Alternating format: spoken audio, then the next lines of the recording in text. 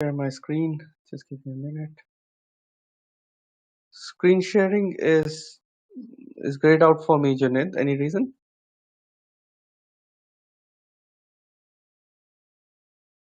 Shouldn't be, I believe. Hold on.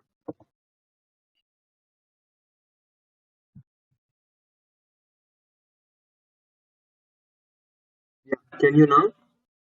Yeah, let me see. Yeah, I can see the icon now. Just give me a minute. Share my entire screen. Okay. So please confirm if you can see my screen. Yes, yes, we can. All right. So I'll just put it in the full screen mode. All right. Good morning, everyone. My name is Rahil Ahmed, and I'm working as a pre-sales consultant at Redington Gulf. As you know, today's webinar is focused on business cases around AWS and what tools you can use to build those business cases, what kind of training you can get from APN Central Partner, which will better help you to prepare business use cases. So it's a discussion around that. And I would like to keep this webinar very, very open. So if you have any questions or if you have, any kind of a query, you can just have a Q&A session after this webinar. And I'll make this Q&A session a bit longer than the previous webinar so that we can answer more of your questions.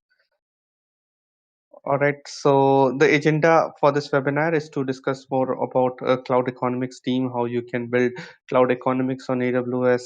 We'll discuss about cloud value framework, what kind of cloud economics supports you can offer, and what type of tools you can use for cloud economic support.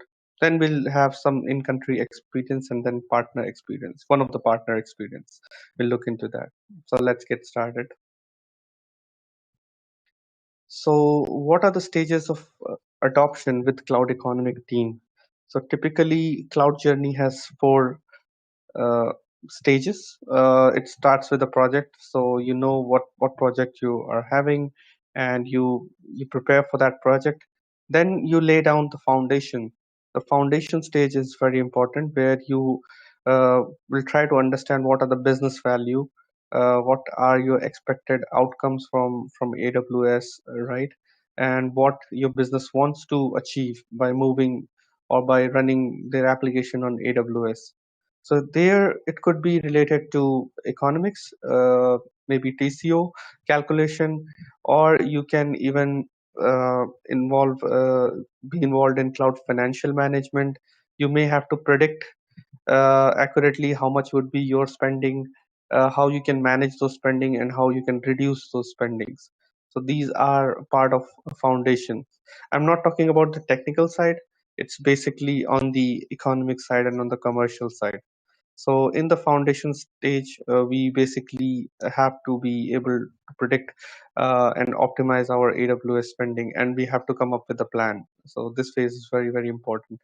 Then you will execute migration, and then you will always, do the reinvention.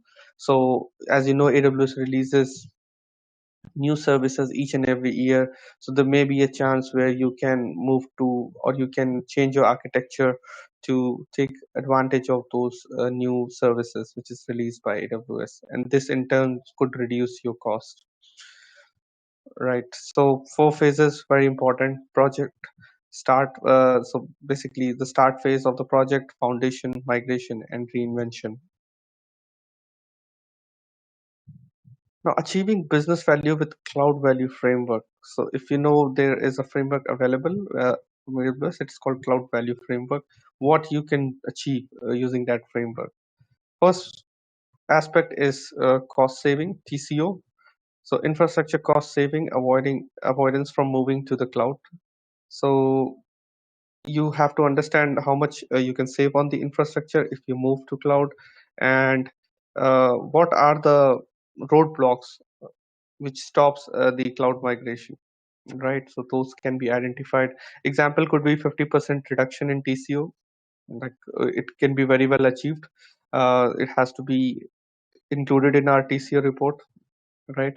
Second aspect of the cloud value framework is staff productivity, efficiency improvement by function on task by task basis, right? So your staff productivity will increase when you move to cloud, but you need to highlight that, and for that you can use cloud value framework. When we talk about staff productivity, basically when you run any kind of workload on an on-prem environment, you have the responsibility to manage end-to-end delivery of the application, or end-to-end aspects of that application, right? Whereas you get very little time to focus on the core of your application, how you can increase or enhance features of your application. So most of your time will go in managing infrastructure. Then uh, then you will allocate some time to think about release management and other important aspect. Then in the end you will think about the application features, right? So here in AWS you can spend more time on your application. You can dedicate more time in enhancing the capability of your application. For example, more than 500 hours per year of the server configuration time can be saved, right? And this is a case study from Sage. So this in turn makes your life very, very easy. Operation resilience, so benefits of improving SLA and reducing unplanned outages. So as you know, whenever you use AWS service, it comes with an SLA. So you can take benefit of those SLAs. Whereas in on-premise or do-it-yourself type of infrastructure, you have to own everything and you have to manage everything on your own, and you have to make sure that you meet your SLAs. Whereas in AWS, you can take advantage of the services which already comes with an SLA. So critical workload can run in multi-AZ and regions for robust DR. So when we talk about regions, you have access to all the AWS region from the management console, and within few clicks, you can launch your workload in different regions and different availability zones. So yeah, operation resilience is a very important factor, and we should include that. That's one of the value proposition basically. Then there is another aspect which is called business agility. So business agility in terms of deploying new feature, how frequently you can deploy a new feature, uh, how faster you can deploy your application, how faster you can roll out updates, and how you can reduce errors, right? In the on-premise infrastructure, basically, since majority of our time will go in managing the infrastructure, right?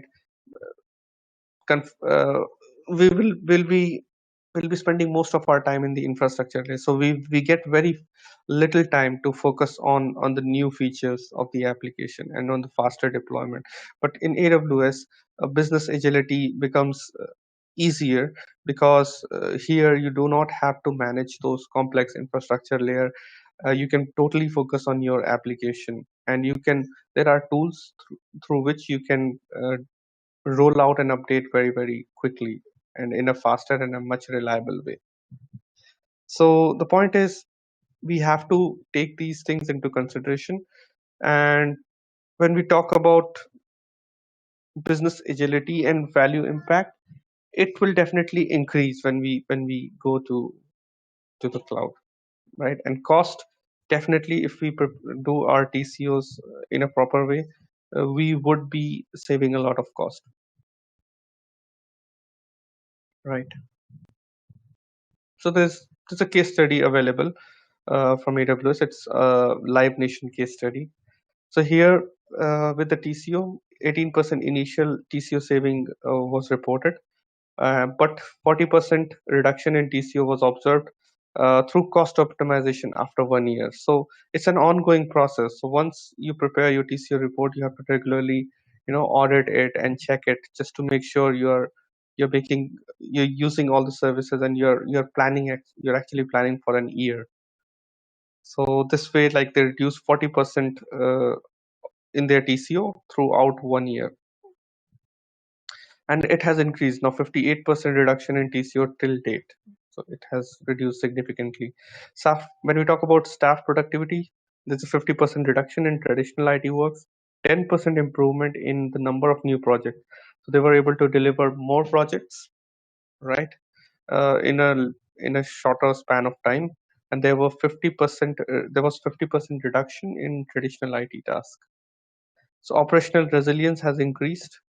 So 99.9 versus 99.999% availability, improved security posture, near zero performance complaints. So there was no significant performance complaint. Business agility also, like, it's 10% increase, 10x increase in the innovation pipeline, rapid experimentation, and 90% plus business user satisfaction with cloud services. So this is what Live Nation managed to achieve. And if we talk about progress, uh, the phases include internal migration plus 17 months to deliver the project, and and the focus is definitely continuous. And 118 apps in cloud with 58% of TCO saving. That's a significant number, by the way. So the point here is, these things have to be factored, and these things must be considered when we are making a business case on AWS. So APN Partner actually can use some of the tools available in the APN Partner community and in the APN Partner network. So we will discuss about those tools in the upcoming slides. First and foremost, Cloud Economics online training is available for in your APN account. So if you have an AWS APN account, you can go to the trainings, and you can look for Cloud Economics online training. And by the way, these are free training. So if you all you need is an APN account, and with this you can go through the modules, and you will be able to learn more about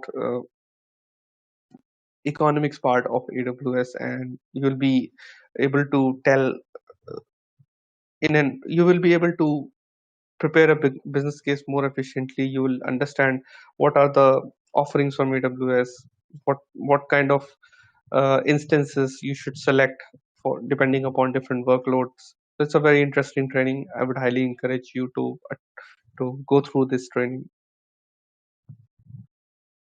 And if we talk about tool, we have a migration portfolio assessment tool. So so this is developed by AWS professional team, and it's an application that accelerates analysis of customers' IT estate. And this is available to select tier partners and above partners. So one very important reason why you should be a select partner is so that you can use this tool. Using this tool, what you can do, you can accelerate the migration uh, of the workload from on-prem to AWS. You will be able uh, uh, to do a right sizing activity. You will be able to tell what size of instance you should select on AWS for you depending upon your workload. And there is a lot of cool reporting feature available on this tool. Excuse me. So this is how it looks like when you access the migration portfolio assessment tool.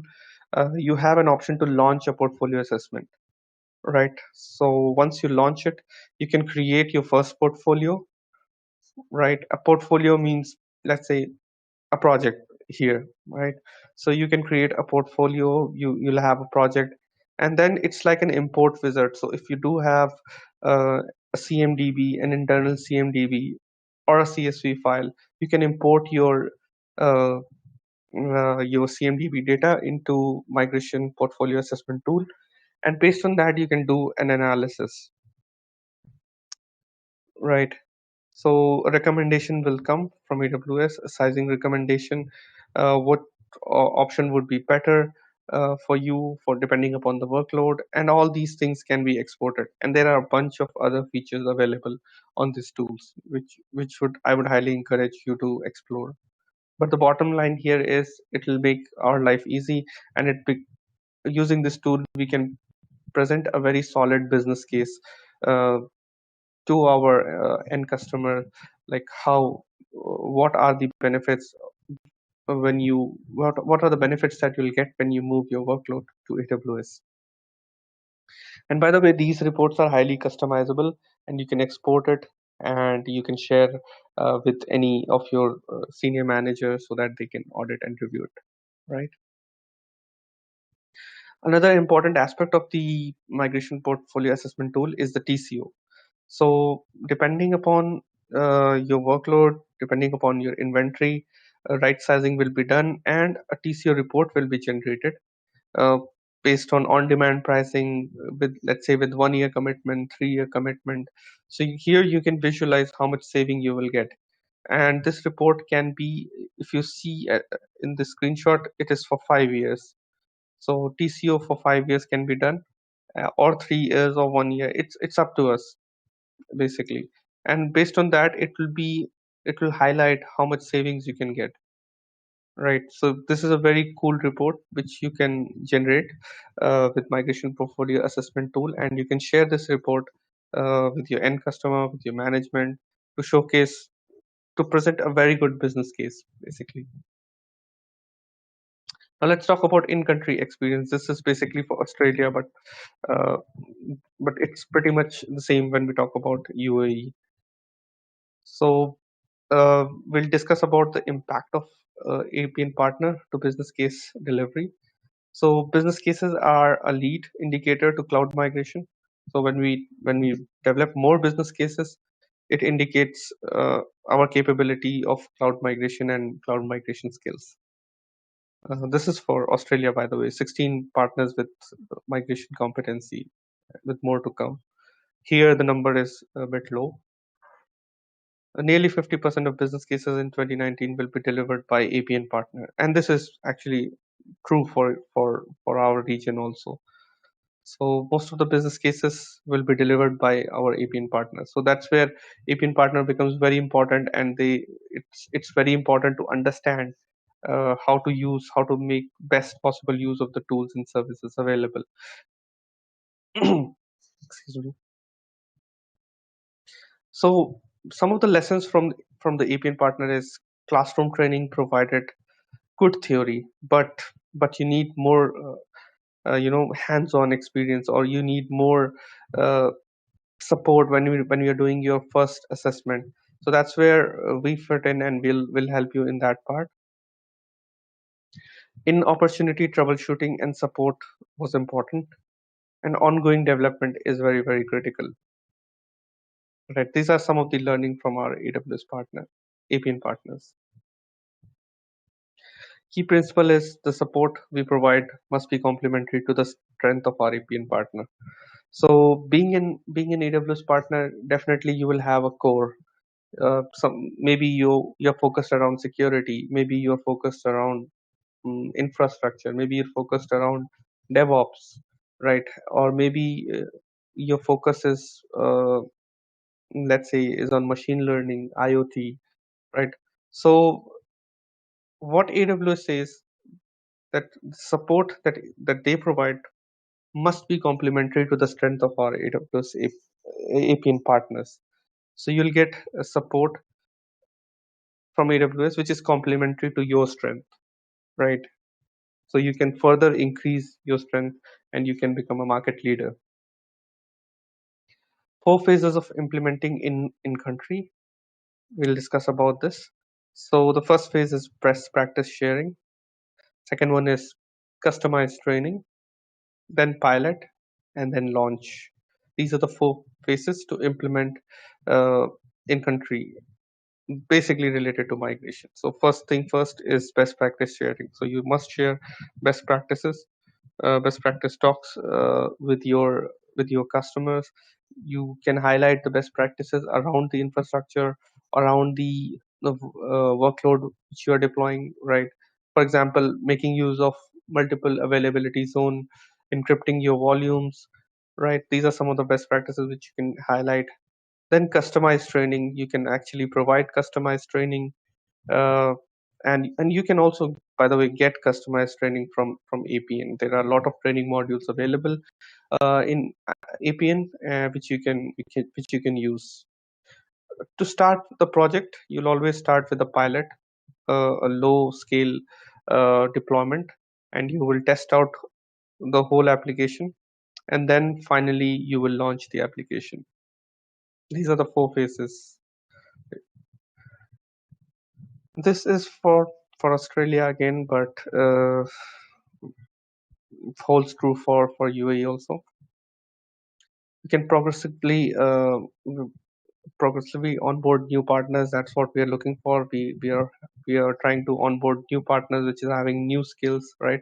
Just to make sure that there is no area uncovered. So we just wanted to recruit new and more new partners. Self-service artifacts and best practices, and continue to support alumni, right? So we'll have a partner experience, which is Versent, right? They are premier consulting partner, so there's a case study available, right? It started with 3 people, now they are 350 in 5 years, right? So doesn't matter. So even in your current state, if you are very small, or if you are uh, you don't have enough skill set, that's okay, you can always improve. There has to be a plan. So Verisent, they started with 3 people, now they are 350 in 5 years. They're operating in Australia, Singapore, and US. The key area on which the key area of focus for Verisent is security, migration, API, cloud adoption, and data. And they are premier consulting partner. So how did they succeed? What they did and how they become so successful? The answer is they followed us, the guides, and they followed the best practices from APN. They make full use of the APN. They made full use of the tools, right? So we'll discuss these in detail. So first thing is tailored cloud platform design, right? So they added a value on top of AWS, and they provided tailored cloud platform design. When we talk about architecture, they provided a tailored architecture for different workload. Cloud adoption strategy was another key important aspect of their success. Migration execution planning, planning for migration, how the migration will be executed, those all things are included in their planning phase. Directional based business case. So business cases related to one directional is also very important. Cloud native transformation approach, fit for cloud analysis, cloud DevOps, agile capability, maturity assessment, and others, right? Platform modernization. These this could be different for you, because let's say if you are from a different background, if you are not into DevOps, so you focus on your strength, right? Not on the uh, on the area on which you do not have expertise. So to start with, you always uh, focus on your strength, and then you can build your skills around the other use cases. So this is what they did, and this is how they become successful. So increased volume of business cases performed was observed ever since they joined the program. Time to value for outcomes uh, of the business cases, and then enhanced tooling and resources exclusive to the partners. So once they become select, or once they move up to the ladder, they got access to the tools, right? Different tools offered by AWS, and basically they use those tools to build up business cases. So this is again very important. This again highlights why we should make use of the tools which is offered by AWS, right? So TCO, so program benefit is again TCO presented in a focused way. So you should be able to present TCO in a very focused way, and we should include all the aspect in our TCO reporting, not only infrastructure, not only let's say hardware cost, not only operating system cost, but we should factor other aspect as well, like your power, manpower, and your electricity. Everything has to be factored in our TCO report, because TCO itself has to be broad.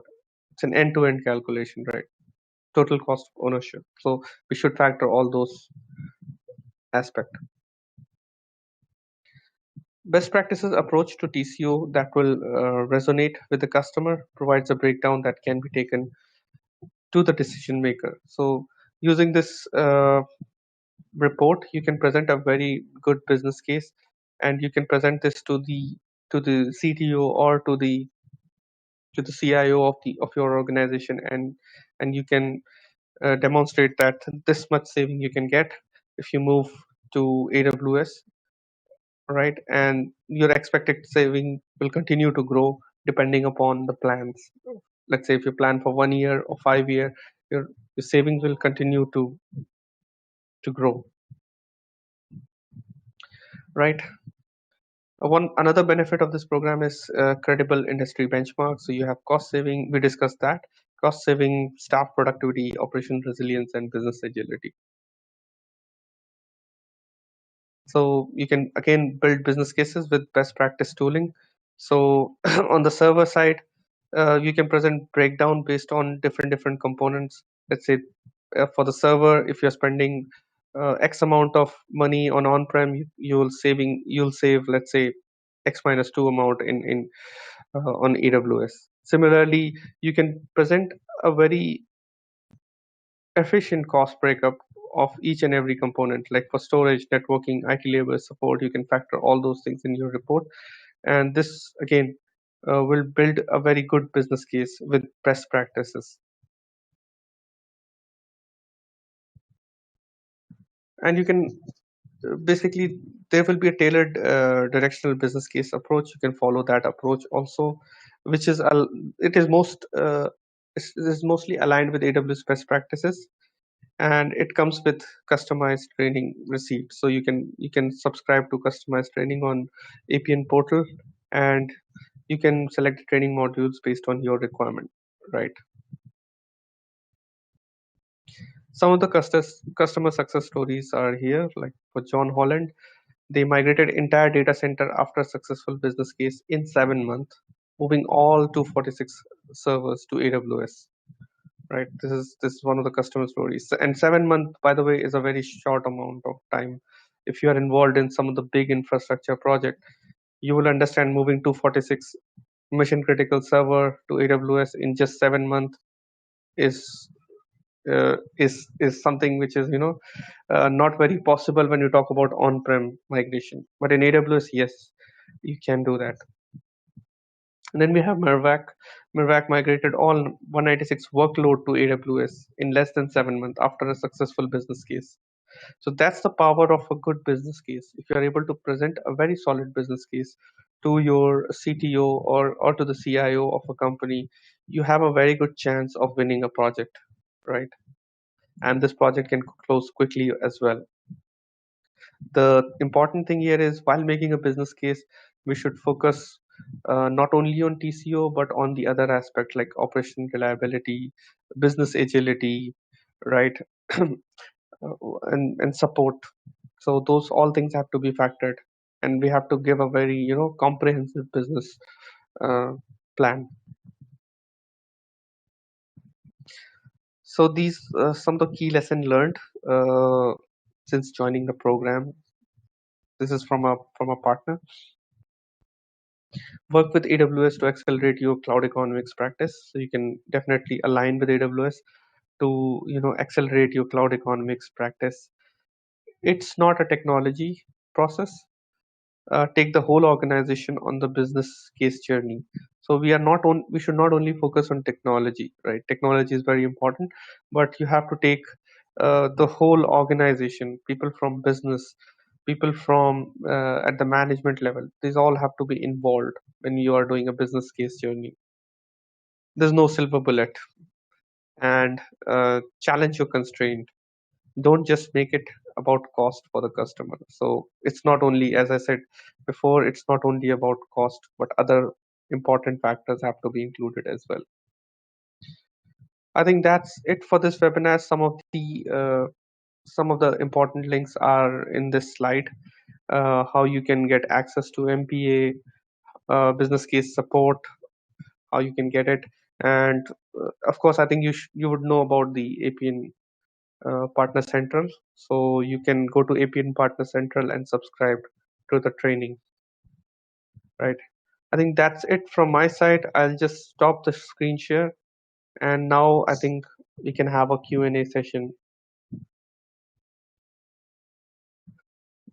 All right. In this case, guys, I would say thank you very much. Thanks for attending this webinar. Looking forward to see you in the next webinar. Have a great day. You Bye too, bye. Rahil. Thank you. Thank you so much. Bye bye.